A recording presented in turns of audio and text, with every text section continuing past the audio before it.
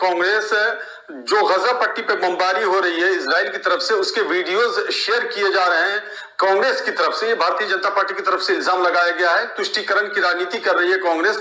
लेकिन दिलचस्प बात यह है कि भारतीय जनता पार्टी के नेताओं ने भी इस मुद्दे को उछाला है। तो इस तरह के मुद्दे की जरूरत मध्य प्रदेश जैसे चुनाव में क्यों? चूंकि ये तो एक राज्य का चुनाव है।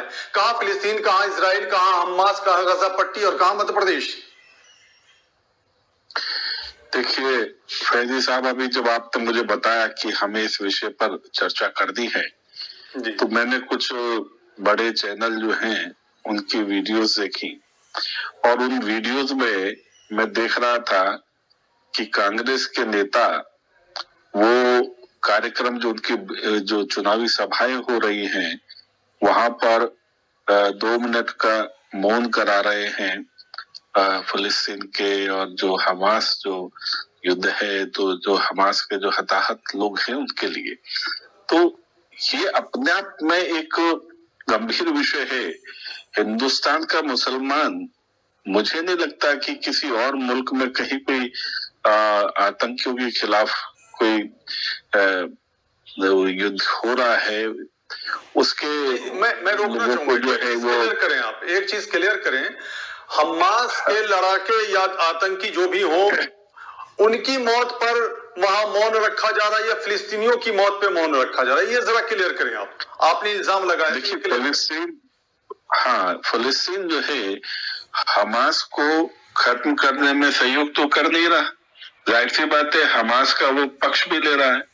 अगर वो उसको खत्म करने की पहल कर रहा होता तो हम फिलिस्तीन को ये मानते कि वो आतंकी से लड़ने के लिए आमादा है।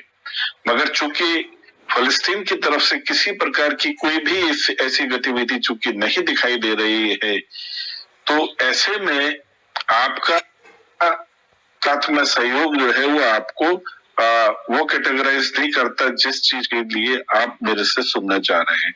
जाहिर सी बात है आतंक के खिलाफ आज दुनिया पहल कर रही है। आतंकी जो ऑर्गेनाइजेशंस है उनको खत्म करने के लिए जो तमाम जो कोशिश की जा रही हैं, उस कोशिश में वो तमाम मुल्क जो आतंकवाद को खत्म करना चाहते हैं वो सब जो है इजराइल के साथ है। अच्छा, और समझाइए जी, एक चीज समझाइए श्याम प्रकाश जाटव, हमास आतंकी संगठन है, ये समझाइए जरा।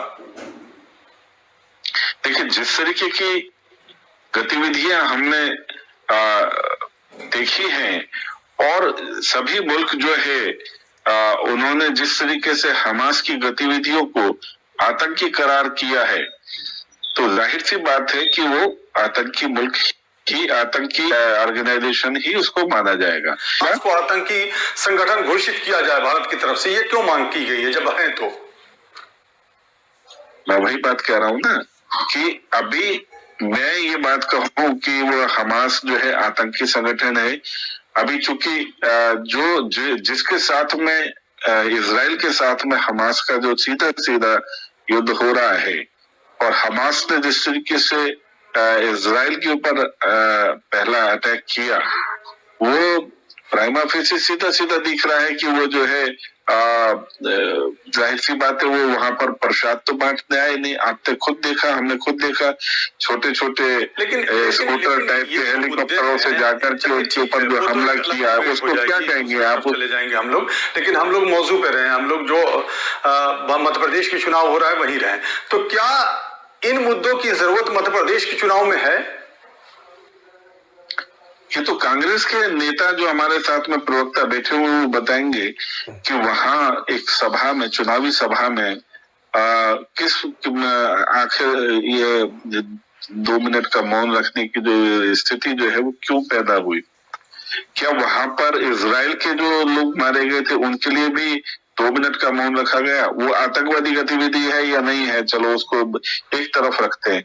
वहां दोनों जगह के लोग मारे गए ना। तो क्या इजराइल के जो लोग मारे गए थे, कांग्रेस के जो हमारे नेता हैं उन्होंने वहां उनके लिए भी 2 मिनट का मौन रखा? अगर वो चाहते तो वो कहते कि जो इस वक्त जो घटना हो रही है इजराइल और फिलिस्तीन के बीच में हमास को लेकर के, हम आपके पास आएंगे शांत प्रकाश जाटव। हम चलते हैं हेमंत प्रकाश जाटव, मध्य प्रदेश में भारतीय जनता पार्टी की तरफ से मुद्दे क्या है, चुनावी मुद्दे क्या है? मेरा कहना यह है कि जिस तरीके से अभी चुनाव चल रहा है और हमारा इसमें सीधा सीधा डेवलपमेंट को लेकर के ही काम है। हम जिस तरीके से लगातार अनवरत जो है वर्षों से मध्य प्रदेश में शासन कर रहे हैं शिवराज सिंह चौहान जी के नेतृत्व में, तमाम वो योजनाएं जो हमने लागू की और नई लागू करने के लिए भी हम जो है संकल्परत है। तो हम लगातार जो है वहां की जो जनता है उसको उसका लाभ देने के लिए पूरे प्रयासरत है और दे भी रहे हैं। वहां की जो महिलाएं हैं, बहनें हैं, उनको भी उस चीज का लाभ मिल रहा है। तो मैं ये समझता हूँ कि हम जनता से सीधा डायलॉग कर रहे हैं, किसी प्रकार का हिंदू मुस्लिम धर्म के आधार पर, जाति के आधार पर नहीं, जरूरत के आधार पर सब लोगों के साथ में संपर्क साधे हुए हैं। और वहां की जनता जो है वो हमारे इस काम को न केवल सराह रही है, बल्कि चूंकि पिछले 5 वर्षों में हमने जिस तरीके वहां की जनता को राशन फ्री ऑफ कॉस्ट देने का काम किया, क्योंकि सबसे बड़ी समस्या जो होती है वो भूख की होती है। तो भूख का जो हमने निवारण किया कि कहीं भी किसी भी प्रकार से कोई भूखा न सोए, ऐसे तमाम उदाहरण है मेरे पास में। लंबे वक्त से आपकी सरकार है वहाँ श्याम प्रकाश जाटव, तो लोग भूखे कैसे सो रहे हैं जो आपको फ्री राशन देना पड़ रहा है? फ्री राशन देना कोई अपराध नहीं है, ये फ्री राशन जो है उनका हक है। ये पृथ्वी पर अगर गेहूं और ये जो सामान ये जो अनाज उगता है तो उसका वितरण जो है सबके बीच पे हो। पहले कालाबाजारी हुआ करती थी, हम लगातार जो है इसको जब से ये राशन जो भोजन की समस्या है ये एक दिन में नहीं सुधरी और ये समस्या जो है अनवरत चल रही थी। रोटी कपड़ा और मकान इसकी जरूरत थी। उसको कोविड में हमने बहुत ज्यादा महसूस किया कि किस तरीके से हालात पैदा हुई, कि किस तरीके से भोजन पहुंचे लोगों तक, और उसको जिस प्रकार केंद्र सरकार ने क्रियान्वित किया और आज लगभग 81-82 करोड़ लोग उसका लाभ ले रहे हैं। ये सबसे बड़ा, देखिए एक बुजुर्ग परिवार है, उनके यहाँ पे कोई कमाने वाला नहीं होता, अगर उनको इस प्रकार से राशन मिल जाता है तो वो परिवार जो है राशन के लिए परेशान नहीं होने वाला। तो ये सरकार ने जो स्टेप उठाया है, केंद्र सरकार ने, ये बहुत बेहतरीन स्टेप है जिसका लाभ इनको मिल रहा है। ठीक इसी तरीके से आपने देखा कि किस प्रकार जिन लोगों के मकान कच्चे हुआ करते थे उनको केंद्र सरकार की योजना से 2,50,000 रुपया कच्चे मकान वालों को दिया कि उनके मकान पक्के बने, और लगभग 3.5 करोड़ से ज्यादा लाभार्थी आज की डेट में देश में है जिन्होंने अपने मकान जो है वो पक्के बनाए।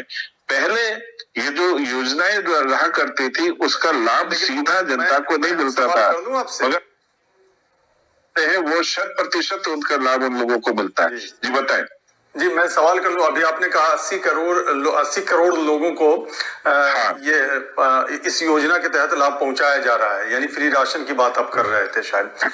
तो 140 करोड़ के आसपास की आबादी में 80 करोड़ लोग ऐसे हैं जिन्हें इसकी जरूरत है आज की डेट में देश में। हाँ, इसको भी आकलन करके उनको दिया जा रहा है। जो बीपीएल का धारक हैं, जो ज्यादा समुचित रोजगार की व्यवस्था सीधे तौर पर नहीं है, उन लोगों को दिया जा रहा है। पहले क्या था, पहले अमीर लोगों ने भी बीपीएल कार्ड बनाए हुए थे, तो जरूरतमंद को तो का लाभ जो है जरूरतमंद तक मिल रहा है। हाँ, इसको गरीबी रेखा से नीचे नहीं कहा जाएगा। एक ही गारंटेड रोजगार जो गारंटेड जो भोजन की जो व्यवस्था है उसमें उन लोगों को चिन्हित किया गया है। तमाम ऐसे लोग हैं जिनके पास में पक्के घर है मगर कमाने के लिए लोग नहीं है, परिवार में कोई ऐसे व्यक्ति नहीं है जो कमाने के लिए हो, तो उनको एक गारंटेड जो भोजन मिल जाए, ये एक बहुत अच्छा स्टेप है।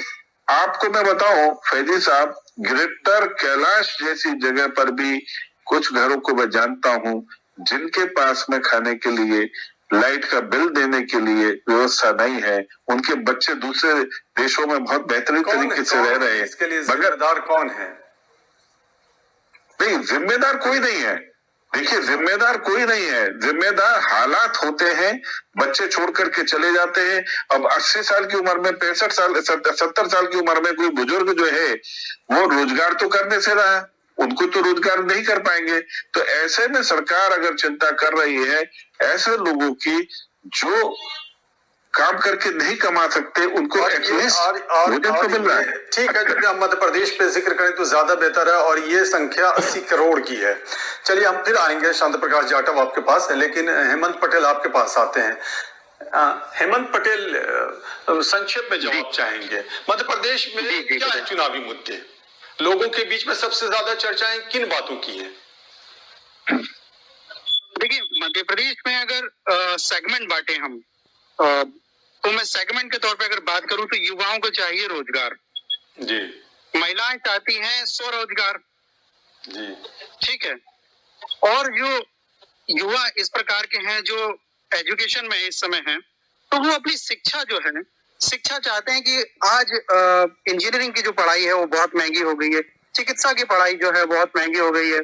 आपको जान के आश्चर्य होगा कि मध्य प्रदेश सरकार ने हिंदी में मेडिकल शुरू किया, और इसमें मध्य प्रदेश में इस समय वर्तमान में जो बात करूं तो जितनी उन्होंने सोची थी सीटें, मुझे अभी अप्रोक्स डाटा याद नहीं आ रहा, तो बहुत नाम के बराबर, मतलब मामूली सा, वो सैकड़ा भी पार नहीं कर पाए स्टूडेंट। ठीक है, तो हम कहाँ लेके जा रहे हैं? तो ये जो तमाम सारे मुद्दे हैं, चाहे चिकित्सा के हों, शिक्षा के हों, आपका जो जमीनी स्तर पर मजदूरों के हों, मनरेगा के हों। आपको मनरेगा की एक बड़ी खबर 1.5 साल पहले जो है बालाघाट के क्षेत्र से आई थी, वो उसके बाद तमाम सारे ऐसे कि आदिवासी वाले मामले जो हैं, एक कांड आपने देखा है जो बहुत शर्मनाक था, फिर उसके बाद पांव पूजन हुआ। तो ये जो तमाम सारे मुद्दे हैं, इन मुद्दों को लेकर के बहुत गंभीर होने का मसला है, बहुत गंभीर होना चाहिए, जो कि नादराद है। अच्छा, बिल्कुल एक लाइन में जवाब चाहूंगा, क्योंकि बिल्कुल टाइम हमारे पास नहीं है। एक लाइन में जवाब चाहूंगा पटेल साहब, ये जो मुद्दे उठाए जा रहे हैं, फिलिस्तीन, इजराइल, हमास, हालांकि मध्य प्रदेश में एक राज्य का चुनाव है, वहां इस तरह के मुद्दे उठाने की कोशिश की जा रही है, कांग्रेस पर इस तरह का इल्जाम लगाया जा रहा है। आप शांति प्रकाश जाटव की भी बात सुने, उन्होंने कहा कि मैंने वीडियो देखे हैं। तो ये ध्रुवीकरण की जो कोशिश हो रही है, किस तरफ से हो रही है? क्या कांग्रेस की तरफ से हो रही है, भाजपा की तरफ से हो रही है?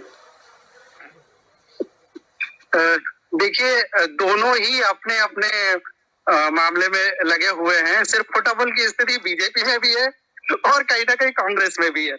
तो ये बात आप मान लीजिए, अंदर खाने बात है। भाई, बीजेपी की जो बात है वो उभर के सामने आ रही है, और कांग्रेस की बात जो है अभी अंदर खाने चल रही है। ये तो रही बात फिलिस्तीन और ये तमाम सारे जो इंटरनेशनल मुद्दे हैं। देखिए, भारत के मामले पर आम चुनाव होते, लोकसभा चुनाव होते तो समझ में आता, लेकिन राज्य के चुनाव हैं, क्योंकि राज्य की बात है तो राज्य के मुद्दे होने चाहिए, और दोनों ही इससे थोड़े से विमुख हैं। और बीजेपी जो सत्तारूढ़ पार्टी है वो कुछ ज्यादा ही विमुख है। अच्छा, वो ज्यादा ही विमुख है। शांत प्रकाश जाटव, मुद्दों पे तो बात कर ही ली, लेकिन इसी मुद्दे से रिलेटेड एक मुद्दा है जिसे छू लिया जाए तो ज्यादा बेहतर है, और संक्षेप में जवाब चाहेंगे। शिवराज सिंह चौहान लंबे अरसे से वहां मुख्यमंत्री रहे हैं, कमलनाथ कांग्रेस की तरफ से चेहरा है, शिवराज सिंह चौहान को चेहरा क्यों नहीं बनाया गया? जब अमित शाह से एक बार पूछा था पत्रकारों ने तो उन्होंने टाल दिया था। रविशंकर प्रसाद इसी मुद्दे पर जवाब दे रहे थे, और उन्होंने कहा कि जब नतीजे आएंगे उसके बाद हम तय करेंगे। तो आखिर क्यों यह कदम उठाना पड़ा? थोड़ा सा हट के है, लेकिन उसी से रिलेटेड है ये मुद्दा। देखिए, भारतीय जनता पार्टी में बहुत, आप देखें कि यहाँ पर लोकतांत्रिक व्यवस्था का पूरा पालन किया जाता है, और जाहिर सी बात है कि शिवराज सिंह चौहान जी ने अनवरत कई वर्षों से वहां पर प्रदेश में शासन किया है और बेहतरीन शासन किया है।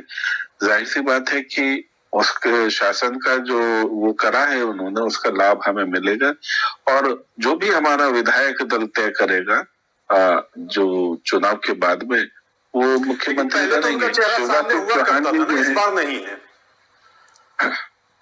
ऐसा नहीं है। शिवराज सिंह चौहान जी आज भी फ्रंट लाइन में हैं, मैं ये बात नहीं कहूंगा, मगर शिवराज सिंह चौहान जी का ही लाभ हमें मिलने वाला है। मैं ये कहना कि उनका चेहरा नहीं है, वो तो चुनाव लड़ रहे हैं और बढ़ चढ़ करके लड़ रहे हैं। प्रदेश की जो जनता है, मुख्यमंत्री पद के चेहरे की बात करी थी मैंने। भी होगा, वो विधायक दल तय करेगा और भाजपा का वरिष्ठ नेता ही होगा। शिवराज सिंह चौहान जी भी उसमें है और तमाम और लोग भी हैं। तो इसमें ये कहना कि उनका चेहरा क्यों नहीं प्रमोट किया गया, भाजपा को लेकर के हम जो है काम को लेकर के चुनाव में जाते हैं, किसी व्यक्ति के चेहरे के आधार पर चुनाव नहीं लड़ा जाता। चलिए, चूंकि अब हमें वक्त इजाजत बिल्कुल नहीं दे रहा, पीसीआर से आवाज आ रही है वाइंड अप करने की, तो आप दोनों मेहमानों का हेमंत पटेल कुछ कहना चाह रहे हैं, आप जी बता दें जल्दी से, टाइम नहीं। मैं ये कहना चाह रहा था, जी बिल्कुल कहना ये चाह रहा था कि मध्य प्रदेश में बीजेपी जो है वो खुल के इसलिए नहीं कह पा रही है क्योंकि जमीनी स्तर पर एंटी इनकम्बेंसी दिख रही है, और ऐसे में अगर कुछ भी खुल के कह देंगे तो इनके लिए बड़ी मुसीबत हो जानी है। तब जवाब भी जरूरी बन जाता है, वरना नाइंसाफी हो जाएगा। श्याम प्रकाश जाटव एक लाइन में जवाब देते हैं, सिर्फ एक लाइन में, वक्त बिल्कुल नहीं है। नहीं, इनका परसेप्शन है, पटेल जी का परसेप्शन है। हमने वहां पर जिस तरीके से लोकसभा में स्थिति जो आपने देखी, क्या बेहतरीन तरीके से वहां की जनता ने हमें जिताया, और ये एंटी इनकम्बेंसी कुछ नहीं होता। जो जनता है उसको अपना सुशासन चाहिए, और वो सुशासन जो है मध्य प्रदेश की जनता को मिला है।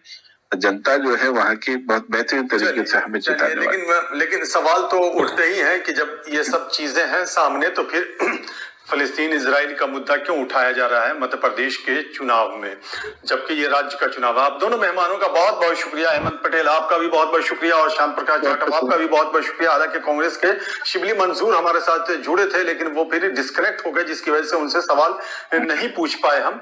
बहरहाल इन दोनों मेहमान का एक बार फिर से शुक्रिया अदा करते हैं। तो देखा, मध्य प्रदेश में विधानसभा के चुनाव हो रहे हैं, 230 विधानसभा की सीटें हैं। 17 नवंबर को मतदाता अपने मताधिकार का प्रयोग करेंगे, नतीजे आएंगे।